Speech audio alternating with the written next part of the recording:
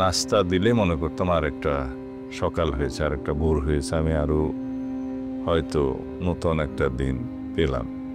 কিন্তু প্রত্যেকটা দিন আমার কাছে মনে হতো আজকেই বোধহয় আমার জীবনের শেষ দিন। আমি যখনই তাদেরকে বলতাম আমি অসুস্থ মানুষ, আমার হার্ট স্টেন্টিং আছে, অন্যান্য জটিলতা আছে, এই পরিবেশে কয়দিন টিকে থাকতে পারবো জানি না, যদি আমার মৃত্যু হয় তাহলে আমার লাশটা আমার পরিবারের কাছে দিও।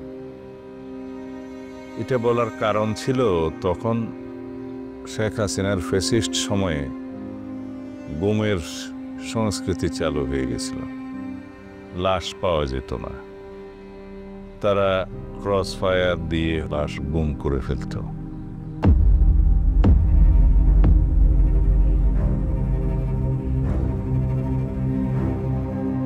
তা আমি আল্লাহর কাছে প্রার্থনা করতাম, এ আল্লাহ, আমার সন্তানরা, আমার বংশ বেড়াদর, আমার আত্মীয় স্বজনরা কি আমার কবর জিয়ারত করতে পারবে না?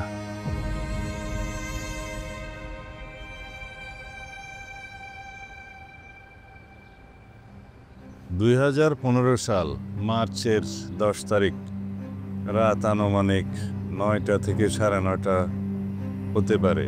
এই সময় বিভিন্ন আইনশৃঙ্খলা বাহিনীর পরিচয় দিয়ে সাদা পোশাকে অনেক লোক সশস্ত্র অবস্থায় এই বাসায়, দোতলাতে আমি যেখানে থাকতাম, আমার বন্ধু হাসনাতের বাসায় ফ্ল্যাটে দরজা ভেঙে প্রবেশ করে আমাকে কিছু বলার সুযোগ না দিয়েই আমার চোখ হাত বেঁধে আমাকে নিয়ে যায়।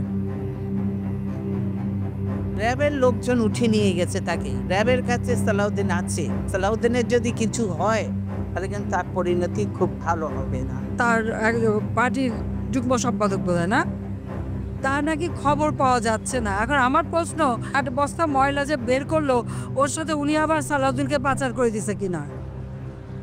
কারণ এই পাচারের পরেই উনি আবার প্রেস কনফারেন্স করলেন, এখন বলে সালাউদ্দিন কোথায়।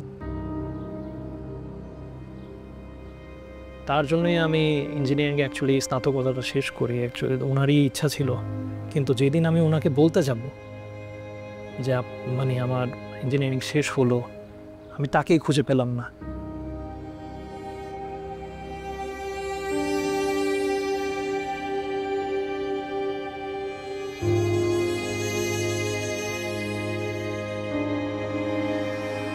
সেই বাসা থেকে 20 থেকে 25 মিনিটের একটা ড্রাইভ হবে। এমনও হতে পারে যে তারা ঘুরে ফিরে কোথাও গিয়েছে। যেখানে আমাকে গাড়ি থেকে নামালো, নামায়ে হাটে ভিতরে ঢুকালো, সেটা নিচতলা, আমাকে কোনো সিঁড়ি বাইতে হয়নি। এটা একটা সেল যেটা 5 ফিট বাই 10 ফিটের বেশি হবে না। সেখানে একটা পানির টেপ এবং একটা ছিদ্র আছে সেই নালায় পেশাব পায়খানার সুযোগের জন্য। লাইটটা মাঝখানে ছিল, এখানেও থাকতে পারে, আমার এখন এখানে ছিল কিনা মনে নাই। দরজাটা এই সাইজেরই ছিল এবং এখানে স্টিলের দরজা, নিচে একটু ফাঁকা ছিল হালকা খানা পেনা ঢোকানোর জন্য, আর উপরে একটু ফাঁকা ছিল। বাইরে সবসময় একটা ব্যাডস্টিল ফ্যান থাকতো। প্রায় 48 ঘন্টার মতো হয়তো ঘটনাটা পার হয়ে গেছে। তখন গিয়ে আমি কোনো রকমে আর কি আমার মার সাথে কথা বলে জানতে পারলাম যে বাবাকে পাওয়া যাচ্ছে না। কিছু গুম খুনের ঘটনা আমরা আগে শুনে এসেছিলাম, তো ওই হিসাবে আমি প্রথমে দোয়া করছিলাম যে এরকম যাতে কিছু না হয়। উত্তরা থানায় ওনারা বলতেছে ওনারা জিডি নিতে পারবে না, কোনো রিজনেবল গ্রাউন্ড ছাড়া। এটা কোনো কথা হলো না। আমি ওনার স্ত্রী, আমি পাগলের মতো সারাদিন এখানে ওখানে ঘুরতেছি আমার স্বামীর সন্ধানে, আর ওনারা আমাকে এইটুকু হেল্প করবে না? জিডি করেন, মামলা করেন, যা হওয়ার সব থানায় হবে, কোনো আপত্তি নেই যদি সেখানে এই ঘটনা ঘটে থাকে। তো আপনি কি এই বাসায় ছিলেন কিনা? উনি উত্তরে বলছেন না, আমি এখানে ছিলাম না। তাহলে আপনি কি করে জানলেন? বলে যে ওই বাসার দারোয়ান বলছে, ওই বাসার লোক বলছে। বাধ্য হয়ে হাইকোর্টের শরণাপন্ন হই। খন্দকার মাহবুব হোসেন এবং মওদুদ সাহেব তারা এই রিটের জন্য আমার পক্ষে আদালতে দাঁড়িয়েছেন। দীর্ঘদিন সংগ্রামের পরে কোর্ট অবশেষে একটি রায় ঘোষণা করেন যে সরকারকে নির্দেশ দেন যে আমার স্বামীকে যেন ওনারা খুঁজে বের করে দেন। এইটুকুই আমার আদালত থেকে প্রাপ্তি ছিল, কিন্তু আমি সরকারের কোনো মহল থেকে কোনো ধরনের আইনি সহযোগিতা পাইনি।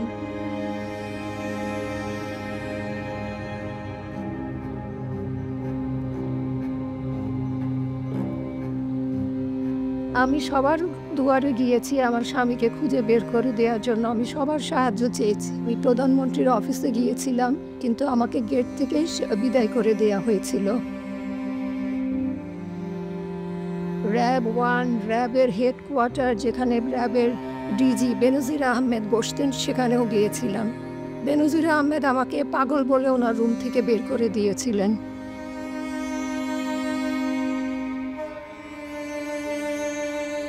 ইন্টারোগেশন তারা রেগুলার করতো, কেন আমরা আন্দোলন সংগ্রাম করছি, কেন হাসিনার বিরুদ্ধাচারণ করছি, ইত্যাদি ইত্যাদি, এবং আপোষ করার প্রস্তাব দিত। আমি বলতাম একমাত্র আল্লাহ রাব্বুল আলামিন ছাড়া এই দুনিয়াতে আর কাউকে পরোয়া করার কিছু নেই। আমরা দেশের জন্য, দেশের মানুষের জন্য, দেশের মানুষের অধিকার আদায়ের জন্য, ভোটাধিকারের জন্য, সমস্ত গণতান্ত্রিক এবং সাংবিধানিক অধিকারের জন্য আমরা সংগ্রাম করছি। এর সাথে আপোষ করার কিছু নেই। তারা অবশ্যই হাসিনার গোলাম বাহিনী, তার নির্দেশে গুম খুন করে বেড়াচ্ছে। তারা আমাদের কথা শুনবে কেন? কারণ আমাকে তো কোনোদিন রুম থেকে বাইর করে নাই। একটা দিন বের করেছিল, সেদিন রুম পরিষ্কার করার জন্য পানি টেনে দিয়ে গিয়ে যেন বুঝলো এখানে বসানো হয়েছিল একটা চেয়ার দিয়ে চোখ বেঁধে, সেটা কিছুক্ষণ সময়ের জন্য। যখন না 2 মাস অতিবাহিত হয়ে গেল, আত্মীয় স্বজন যখন সবাই বলতে শুরু করলো যে ও নিশ্চয়ই আর বেঁচে নাই, তুমি, তোমার 4টা ছোট বাচ্চা আছে, তুমি বিষয় সম্পত্তির দিকে খেয়াল করো, তোমার বিষয় সম্পত্তি সব বেহাত হয়ে যাবে, তখন আমি সবাইকে শুধু বলতাম যে আমি বিশ্বাস করি আমার স্বামী বেঁচে আছে।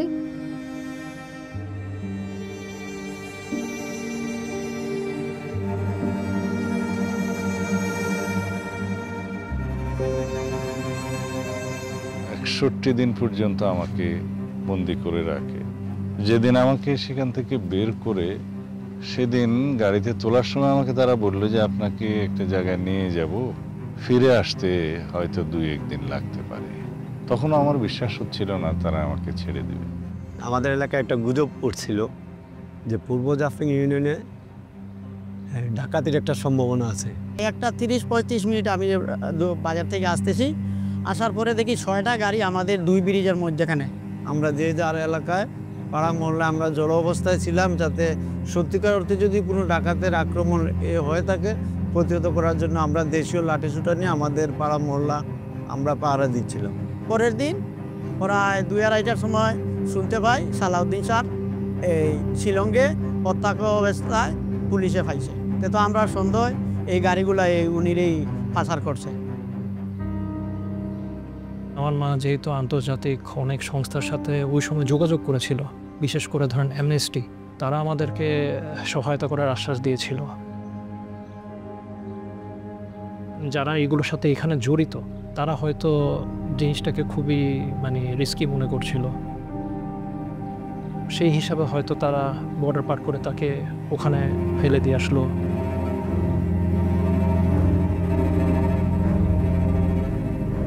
সেখানে কিভাবে গিয়েছেন, সে যদি অবৈধভাবে যেয়ে থাকেন, সেই দেশের আইন অনুযায়ী তার একটা প্রক্রিয়া হতে পারে। আমি জানি না ওই দেশে কিভাবে সেটা নিই, আইনের প্রক্রিয়ার মাধ্যমে তাকে সময় যথাযোগ্যভাবে আনা।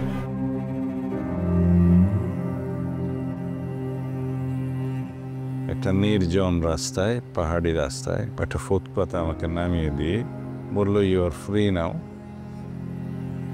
তখন আমি দেখলাম পাশে একটা বিশাল মাঠ। পরে এটা জানতে পেরেছি এটা শিলং গলফ লিঙ্ক বলে, গলফ খেলার মাঠ। প্রাতঃভ্রমণে কিছু লোক ছিল যারা হাঁটতেছিল, আমি পরিচয় দিলাম। তো তারা পুলিশকে কল করলো, এরপরে পুলিশ থানায় নিয়ে যায়। তারপরে আমার কথাবার্তা শুনে হয়তো তাদের কাছে আমাকে পাগল মনে হয়েছে। তারপরে তারা একটা মেন্টাল হসপিটালে নিয়ে যায়, মিম হান্স নাম দিয়ে। ওখানে ডাক্তারকে আমি অনুরোধ করেছিলাম যে আমি আমার পরিচয় দিলাম, টেলিফোন নাম্বার দিলাম, আমার দেশে যাতে একটু যোগাযোগ করে। ওনাদের ভাষাতেই বলেছিলেন যে আপনার স্বামী, আপনার সালাউদ্দিন আহমেদ সাহেব আপনার সাথে কথা বলতে চায়। তো আমি তখন দ্বিতীয়বার ওনাকে আবার প্রশ্ন করেছি কে কথা বলতে চায়। তো উনি তখন বললেন যে আপনার স্বামী সালাউদ্দিন আহমেদ সাহেব, আপনি 1 সেকেন্ড লাইনে থাকেন। তারা আমাকে বলল যে তোমার দেশের বাড়িতে টেলিফোন করেছে আমরা, তোমার ওয়াইফ এখন লাইনে আছে। তো যখন উনি আমাকে হ্যালো বলল, সেই মুহূর্তের অনুভূতিটা আমি কাউকে বুঝিয়ে বলতে পারবো না। আমি এত জোরে চিৎকার করেছিলাম যে ড্রাইভার ভয় পেয়ে গিয়েছিল। সে প্রচণ্ড শব্দ করে ব্রেক করে ফেলেছে গাড়ি এবং আমার দিকে পিছনে মোড় করে তাকালো।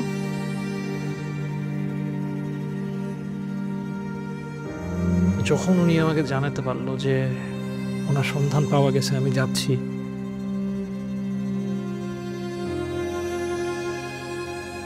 আমার কাছে মনে হয়েছে যে আমার পুরো পৃথিবী আমার কাছে ফেরত আসছে। শিলং জেনারেল হাসপাতালে আমাকে যখন ট্রান্সফার করা হলো মানসিক হাসপাতাল থেকে, সেখানে আমাকে প্রিজন সেলে রাখা হলো। I went to visit him in civil hospital. When I saw his condition was very pathetic, most of his skins were peeling off from his hands and legs. Then I moved to the court, take his signature in Kaladama and moved to the court to give a better treatment in Ningris. সোমবার 2 মাসেরও বেশি সময় পর Shillong civil হাসপাতালে প্রথমবারের মতো স্বামীর সঙ্গে দেখা করেন হাসিনা আহমেদ। সেদিন ওখানকার যে এসপি ছিলেন তৎকালীন, ওনার পারমিশন নিয়ে আমার স্বামীর সাথে শুধু 10 মিনিটের জন্য প্রিজন সেলে গিয়ে সাক্ষাৎ করতে অনুমতি পাই। সেই সময় 10 মিনিটের জন্য ওনাকে আমি প্রথমবার দেখি 2 মাস পরে।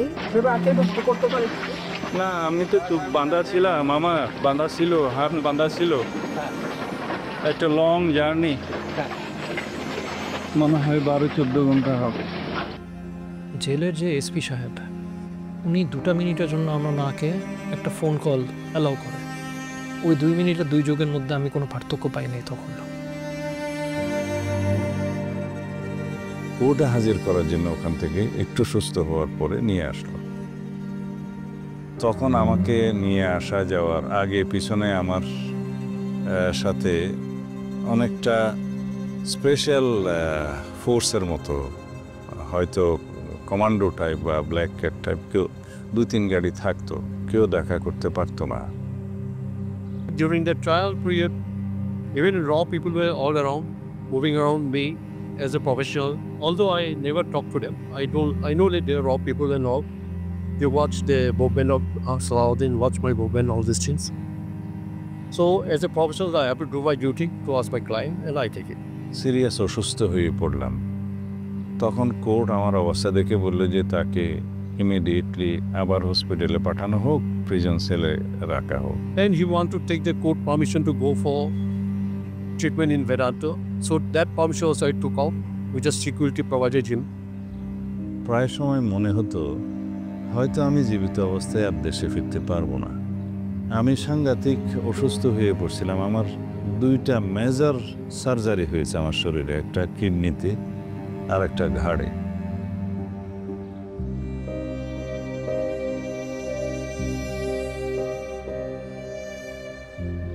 বিয়ে হলো, কন্যা সন্তানের বাবাও হলাম, কিন্তু আমার নিজের বাবাকে আমি এগুলো কখনো সামনাসামনি দেখাতে পারলাম না।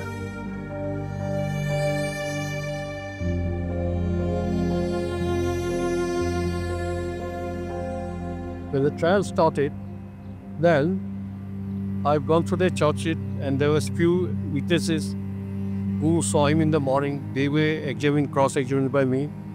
Even the IO, lastly when I examined, I divulged him all his stories.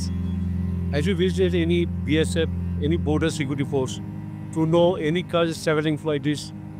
All that IO said no, I had never done. And court was fully convinced later on that he was a victim of kidnap. No intention of his entering the India without passport or visa. Because he went to Singapore always with passport. He went abroad with passport. All those I have proved. যখন আমাকে bell দেওয়া হলো তখনই কেবল police guard withdraw করা হলো বা special guard withdraw করা হলো। যখন কোথাও কোনো রুম ভাড়া, ঘর বা কোথাও থাকার ব্যবস্থা করতে পারছিলাম না আমার স্বামীর জন্য, তখন আমি যে একটা রেস্ট হাউস গিয়ে যে রেস্ট হাউসের মালকিনের সাথে যোগাযোগ করলাম। তো উনি সেই মুহূর্তে রাজি হলেন। যে রেস্ট হাউসটার নাম ছিল সানরাইজ গেস্ট হাউস। 2018 সালের সম্ভবত 26শে অক্টোবর মামলা থেকে খালাস পেলেও আমাকে বাংলাদেশে প্রেরণ করা হলো না। সে যদি বাংলাদেশের নাগরিক হয় আসুক, অসুবিধা কি? না আমাদের সাথে এই নিয়ে সব নিয়ে আলাদা, এগুলো আপনারাই তুলেন। এটা নর্মাল প্রসিডিউর যেটা হয় সেটাই হবে, ওগুলো নিয়ে অত চিন্তার কোনো কারণ আছে? বাঙালি যদি বাইরে থাকে, সে জেলে থাকে, জেল থেকে শেষ হলে দেশে আসবে, আসুক। Does it matter at all? কয়েক মাস পরেই তারা এই খালাসের বিরুদ্ধে ভারত সরকার আপিল করলো উচ্চতর আদালতে। After delay, long delay has been taken by the state government for preferring the appeal, even for the hearing several days taken. Then appeal also I cannot succeed for Salahuddin.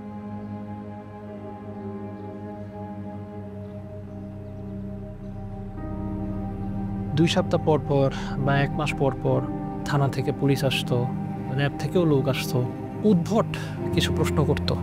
উনি কি এখন বাসায় লুকায় আছে নাকি, বা আমরা খবর পেয়েছি যে উনি তো দেশে। কিছু কিছু পুলিশ অফিসার তো ধরেন আপনার তখনকার মানে হেনস্থা না করার জন্য আবার টাকাও দাবি করতো। এইভাবে প্রায় 1 বছর সময় পার হয়ে গেল।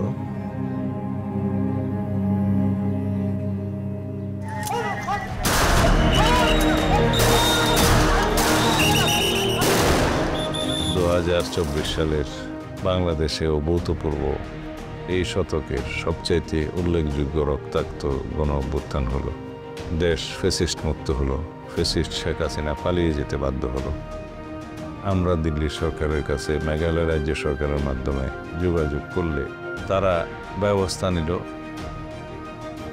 2024-এর 11ই আগস্ট বাংলাদেশে ঢাকা ইন্টারন্যাশনাল এয়ারপোর্টে নামতে সক্ষম হলাম আল্লাহর অশেষ রহমতে।